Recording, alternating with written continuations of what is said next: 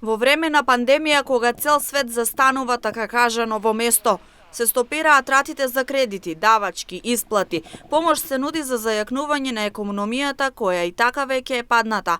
Останаа да функционираат само опомените пред тужби или тужбите за граѓаните кои од различни причини не исплатиле месечна рата за вода во општина Штип.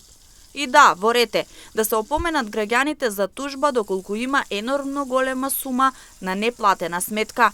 Но што се случува кога не се платени само 355 денари?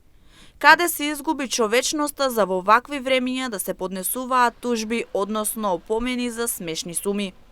Во поплаќе од граѓаните на општина Штип, дознавме дека јавното предпријатие ИСАР издало опомена пред тужба за долг од 355 денари, со што поголеми се давачките за тужбата и последиците од истата, отколку сумата за неплатена вода. Според јавното предпријатие ИСАР, регуларност е да се издаде ваква опомена за тужба, бидејќи делото застарува по 1 година за физички лица и по 3 години за правни лица. Значи, ние знаете дека спрема правните лица застарува за 3 години, а за физички лица 1 година.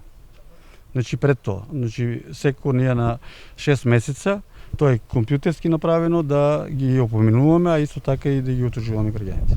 Овие опомени кои се издаваат пред тужби се нормален процес кој се случува постојано и немаше никакво негово преголемо форсирање во предновогодишните празници.